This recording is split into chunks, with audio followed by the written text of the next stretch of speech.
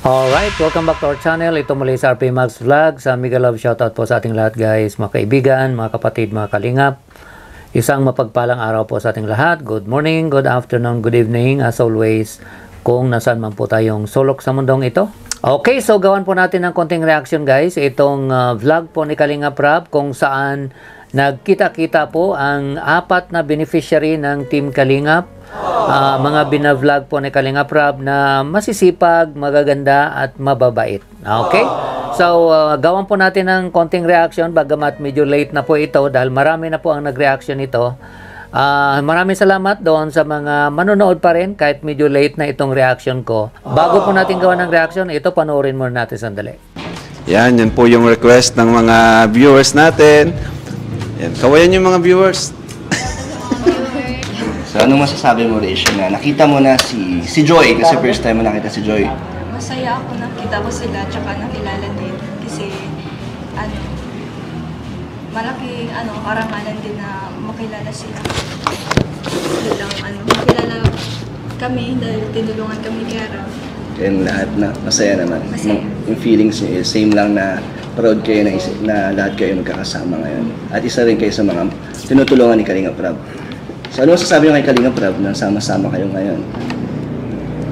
Salamat kasi nagkita-kita kasi papanood na namin isa't isa sa sa vlog. Ayun, so request naman po talaga ng mga viewers guys na magkita-kita itong apat. Okay? At masaya naman sila no, napanood natin. Alam ko lahat siguro ng mga Kalingap supporters napanood na itong vlog ni Kalingap Rab, ito nga ang pagkikita ng apat. Okay? Pero focus po ako guys sa layunin. Ano nga po ba yung layunin kung bakit nagkaroon po sila ng meet up no? Itong apat, nagkaroon po sila ng banding. Okay?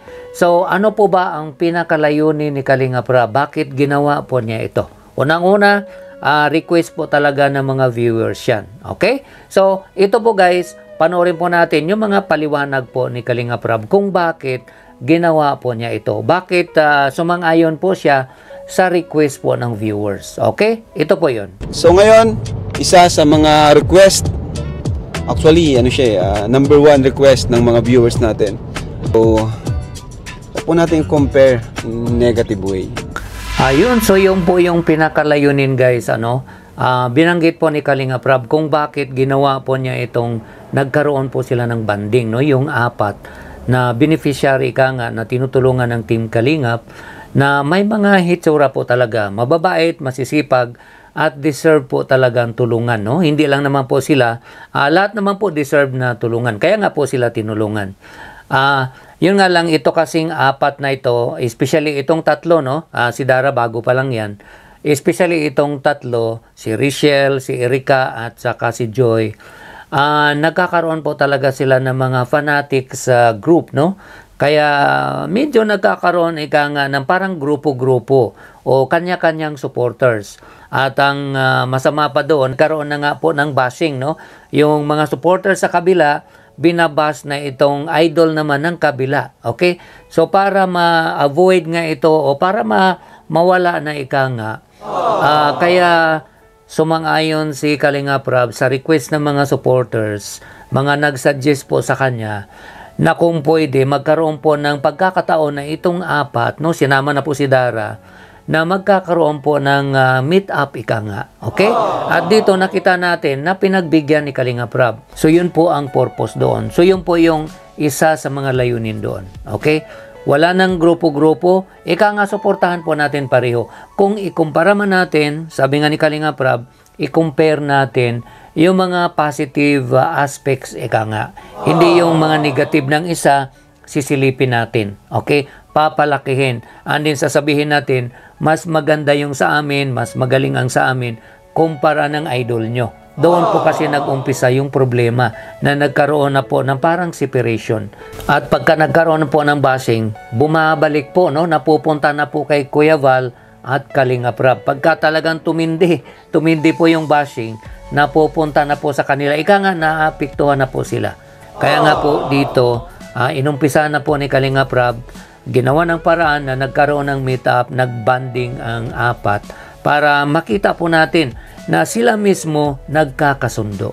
So tayo bilang mga supporters, dapat magkasundo po tayo. Suportahan po natin sila pareho dahil pareho po sila mga beneficiary ng Team Kalingap. Pareho po silang tinulungan, ika nga, at nakita naman po natin guys, pareho po silang deserve po talagang tulungan. Okay?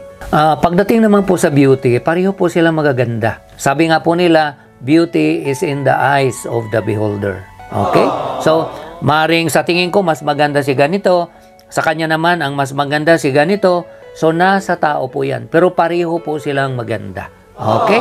At parehong masipag at parehong mabait. Okay? So, ganun po ang apat na talagang Kalingap Angels, ika nga, na mga beneficiary, mga tinutulungan ni Kalingap Rob. Okay? So, ito pa guys, panoorin pa natin. Nice. So Rachel, bilang ikaw yung ahead sa kanila, di ba ikaw yung pinaka naunang tulungan ni Kalingap. So anong mabibigay mong advice sa kanila?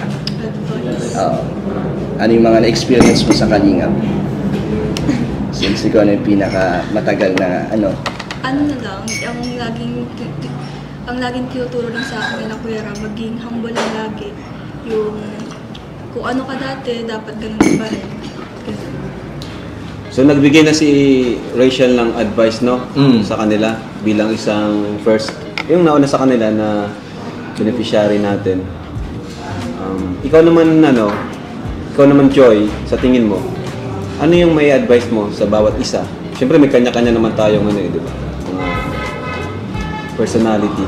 Ano yung ma-advise mo sa kanila para maging successful na beneficiary ng Kalingap na tinutulungan namin?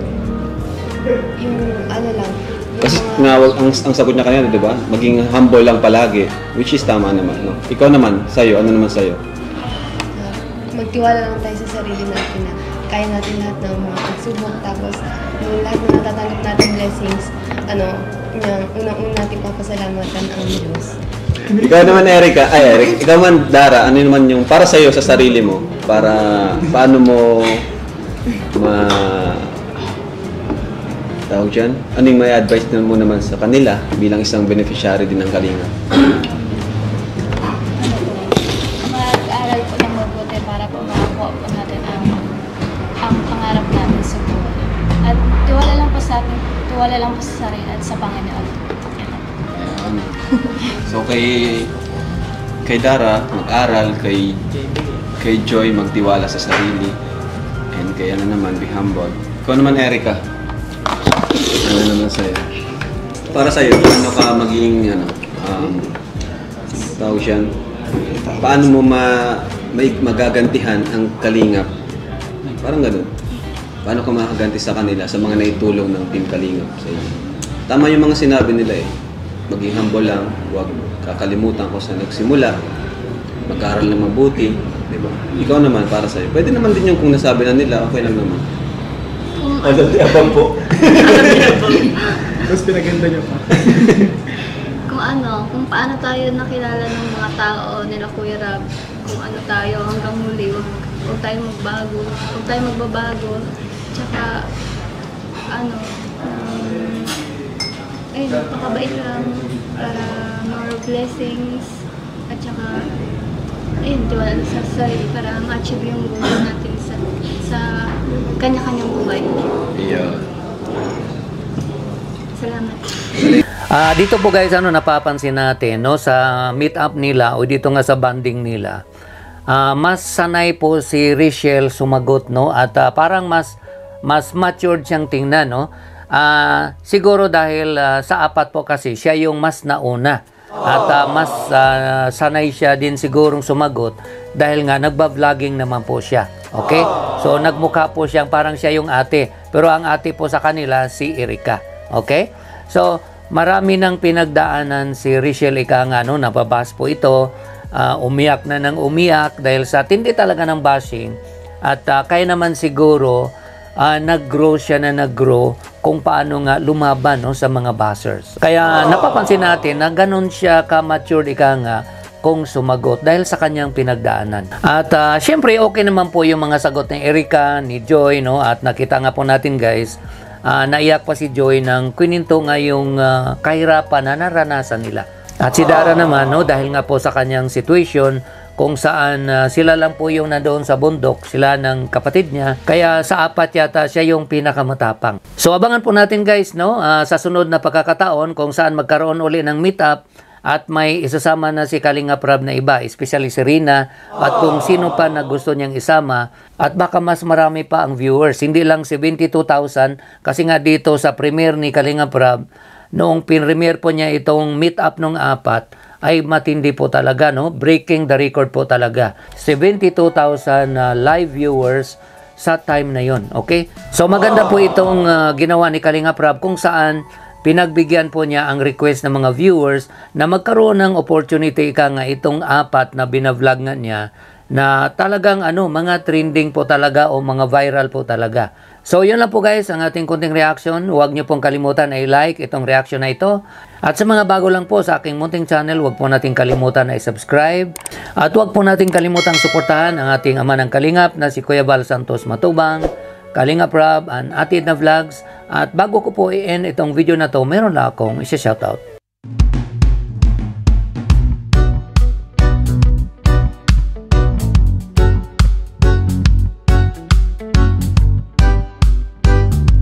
Muli, maraming salamat sa inyong lahat guys, sa inyong walang sawang pagsubaybay at pagsuporta po ng mga videos namin, pag-comments, pag-likes, pag-shares at lalong-lalo na po sa hindi pag-skip ng ads ay maraming salamat. Ingat po tayo kung nasaan man tayo. God bless everyone. I love you all. Bye-bye.